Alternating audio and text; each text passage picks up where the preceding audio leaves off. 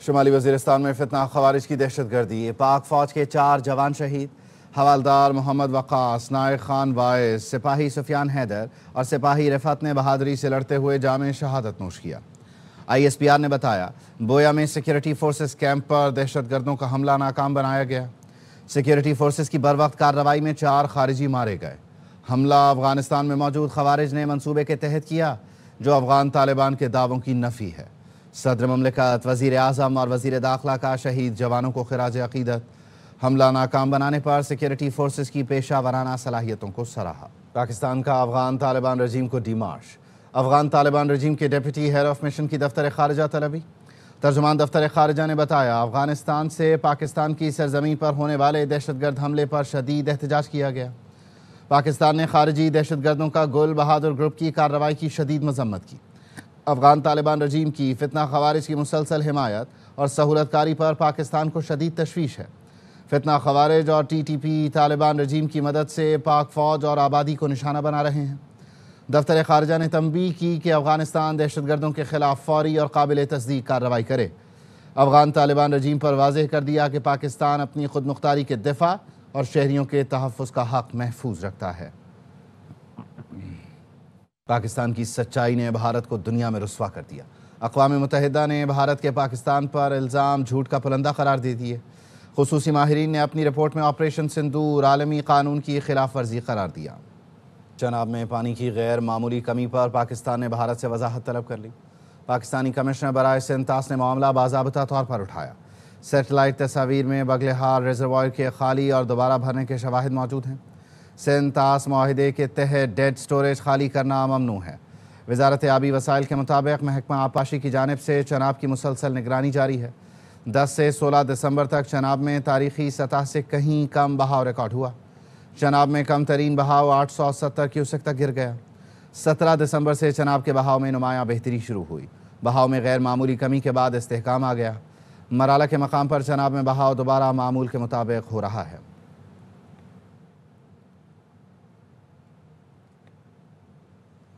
ہم نے غزہ معاملے پر تمام متعلقہ ممالک سے زمین پر موجودگی کی بات کی ہے۔ امریکی وزیر خارجہ مارکو روبیو کی پریس بریفنگ، جس میں انہوں نے بتایا تمام متعلقہ ملکوں نے فوج کی موجودگی کے مینڈیٹ اور فنڈنگ میکانزم پر بات کی۔ پاکستان کی اس معاملے پر پیشکش کے مشکور ہیں۔ یہ اچھی بات ہے کہ پاکستان کم از کم اس کا حصہ بننے پر غور کر رہا ہے۔ کئی ممالک اسٹیبلائزیشن فورس کا حصہ بننے کے لیے تیار ہیں۔ اگر پاکستان آمادہ ہو تو اہم کردار ادا کر سکتا ہے۔ مزید پیش رفت کی کوشش کر رہے ہیں، تاہم چند وضاحتیں درکار ہیں۔ اگلا مرحلہ فلسطینی ٹیکنوکریٹ گروپ کا اعلان ہے۔ گورننس کا عمل شروع ہونے سے اسٹیبلائزیشن فورس مضبوط ہوگی۔ اسی طرح اسٹیبلائزیشن فورس کے لیے ادائیگی اور طریقہ کار طے ہو سکے گا۔ All the countries we've talked to about being and having a presence on the ground, I think they want to know specifically, what the specific mandate, what the funding mechanism looks like. So we're very grateful to Pakistan for their offer to be a part of it, or at least their offer to consider being a part of it. I think we owe them a few more answers before we can ask anybody to firmly commit. But I feel very confident that we have a number of nation states acceptable to all sides in this, who are willing to step forward and be a part of that stabilization force. And certainly, Pakistan is key if they agree to do so. But I think we owe them a few more answers before we get there. We're trying to make a lot of progress here with I think the next step here is announcing the Board of Peace, announcing the Palestinian Technocratic Group that will help provide daily governance. And then once that's in place, I think that will allow us to firm up the stabilization force, including how it's going to be paid for, what the rules of engagement are, what their role will be in demilitarization and so forth. شام میں داعش کے ٹھکانوں پر حملوں کا آغاز کر دیا۔ امریکی صدر ٹرمپ نے ٹروتھ سوشل پر حملوں کا اعلان کیا۔ کہا شام میں داعش نے امریکی فوجیوں کا بےایمانہ قتل کیا۔ مرنے والے امریکی فوجیوں کی باوقار آخری رسومات ادا کی گئیں۔ اس سے پہلے امریکی وزیر جنگ پیٹ ہیگسیت نے شام میں آپریشن ہاکآئی اسٹرائک کا اعلان کیا تھا اور کہا آپریشن کا مقصد شام میں داعش کے جنگجوؤں اور اسلحے کے ٹھکانوں کو نشانہ بنانا تھا۔ یہ کارروائی شام میں امریکی افواج پر حملے کے جواب میں کی گئی۔ یہ کسی جنگ کا آغاز نہیں، یہ انتقام کا اعلان ہے۔ صدر ٹرمپ کی قیادت میں امریکہ اپنے دفاع میں کبھی ہچکچائے گا نہ پیچھے ہٹے گا۔ دنیا کے کسی کونے میں امریکیوں کو نشانہ بنائیں گے تو امریکہ آپ کا پیچھا کرے گا۔ آج ہم نے اپنے دشمنوں کا شکار کیا، ہم نے بہت سوں کو مار ڈالا، یہ سلسلہ جاری رہے گا۔ اللہ رحم کرے، جیسے کہا تھا دسمبر کا مہینہ ہے اور سب کچھ دیوار پر لکھا ہے۔ سینیٹر فیصل وافدہ نے ٹویٹ میں لکھا کان سے بہرے اور آنکھ سے اندھے جان بوجھ کر پھر بھی نہیں مانے۔ یہ ابھی ابتدا ہے، آگے انتہا اور قیامت باقی ہے۔ میں کئی سال سے روکتا رہ گیا لیکن میری نہیں سنی گئی، اسے وہیں پہنچا دیا اور آگے بھی پہنچائیں گے جہاں سے قانونی اور دنیاوی طور پر واپسی ممکن ہی نہیں۔ اس کا تکبر اور زوم جس کی وجہ سے وہ بھی نہیں رکا، جن کے بلبوتے پر تھا، سب مزید چکناچور ہونے جا رہا ہے۔ اب بے غیرت، بے حیا اور بے شرم کون؟ تم سب 9 مئی والے جنہوں نے 10 سیکنڈ کی ڈرامے بازی والی ویڈیوز بنائیں، آگ میں دھکیلا۔ ابھی دلدل باقی ہے، 9 مئی کے شواہد اور گواہی کا انتظار کریں۔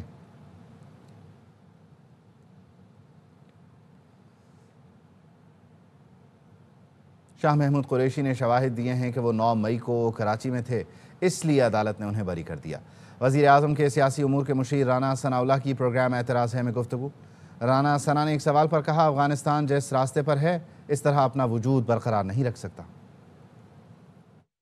محمود قریشی صاحب کی جو پلی آف ایلیبائی تھی، ان کا یہ موقف ہے کہ وہ اس دن کراچی میں تھے۔ انہوں نے ود ایویڈنس اس چیز کو پروو کیا۔ افغانستان میں دہشت گردی کے خلاف ہماری انٹیلیجنس ایجنسی نے بڑا کام کیا، ایسے لوگ پکڑے، پوری دنیا امریکہ کو مطلوب تھے، اور ان میں سے ایک دو جو ان کو چاہیے تھے ان کے حوالے بھی کیے۔ اس شر کو جڑ سے اکھاڑ پھینکا جائے گا۔ ایک بڑے اسٹریٹجک ایشوز ہیں، ڈیٹیل میں بات نہیں کی جا سکتی۔ افغانستان ہمیشہ سے تو ایسا نہیں تھا نا۔ افغانستان جو ہے رسپانسبل اسٹیٹ کے طور پہ بھی تو اپنا تشخص بحال کر سکتا ہے نا، ایسے وہ اپنا وجود برقرار نہیں رکھ سکتا۔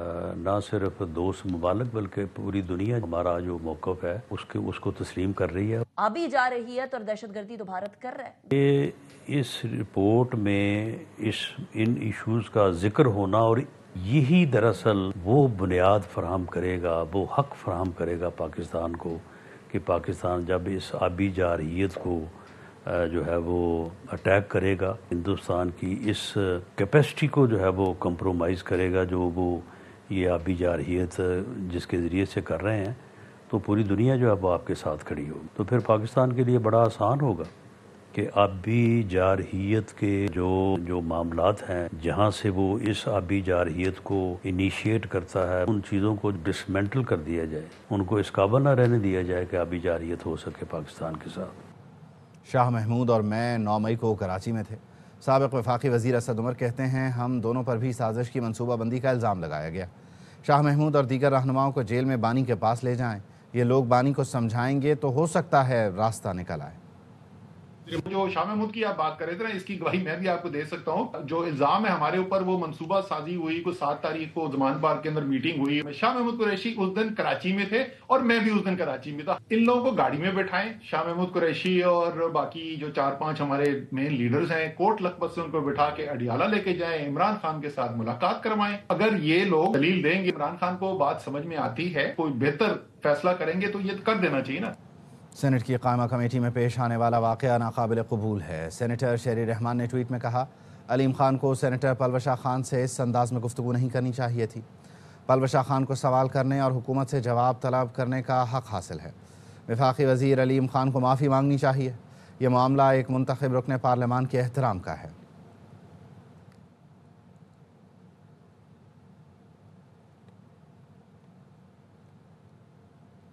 روجھان کے کچا کراچی اور کچا جمال میں پولیس کے ڈاکوؤں کے خلاف آپریشن میں مزید 3 ڈاکو ہلاک ہو گئے۔ آپریشن کے دوران اب تک ہلاک ڈاکوؤں کی تعداد 7 ہو گئی ہے۔ پولیس نے ڈاکوؤں کو ریسکیو کرنے آنے والی کشتی پر ڈرون سے حملہ کیا، جس سے کشتی پر سوار ڈاکوؤں کے مارے جانے کی بھی اطلاعات ہیں۔ سندھ پولیس اور پنجاب پولیس کا ڈاکوؤں کے خلاف مشترکہ آپریشن 5ویں روز بھی جاری ہے۔ ہلاک ڈاکو لالا سکھانی، ڈاکو شیرو، ڈاکو عاشق، ڈاکو ظفری اور ڈاکو غمنی پولیس کو انتہائی مطلوب تھے۔ پولیس کی جانب سے ڈاکوؤں کو ریسکیو کرنے کے لیے آنے والی کشتی پر ڈرون سے حملہ کیا گیا۔ کشتی پر سوار ڈاکوؤں کے مارے جانے کی اطلاعات ہیں۔ ڈاکوؤں کے خلاف سندھ پولیس اور پنجاب پولیس مشترکہ آپریشن کر رہی ہیں۔ کچا کراچی اور کچا جمال میں ڈاکوؤں کے 13 ٹھکانے تباہ کر دیے گئے۔ پولیس کی جانب سے ڈاکوؤں کو پیغام ہے کہ ڈاکو ہتھیار ڈال کر سرنڈر کر دیں، اگر گرفتاری نہیں دی تو مارے جائیں گے۔ پولیس نے ڈاکوؤں کا کچے میں بنایا ہوا بنکر بھی تباہ کر دیا ہے۔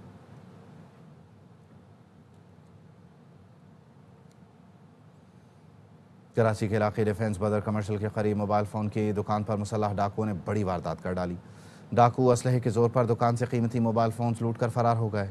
پولیس کے مطابق ملزمان موبائل فون سے بھرا ہوا کارٹن لے گئے، جس کی مالیت 40 سے 50 لاکھ روپے بتائی جا رہی ہے۔ متاثرہ تاجر کے مطابق لوٹے گئے موبائل فونز کی مجموعی مالیت 90 لاکھ روپے سے زائد ہے اور 40 سے زیادہ موبائل فونز چھینے گئے ہیں۔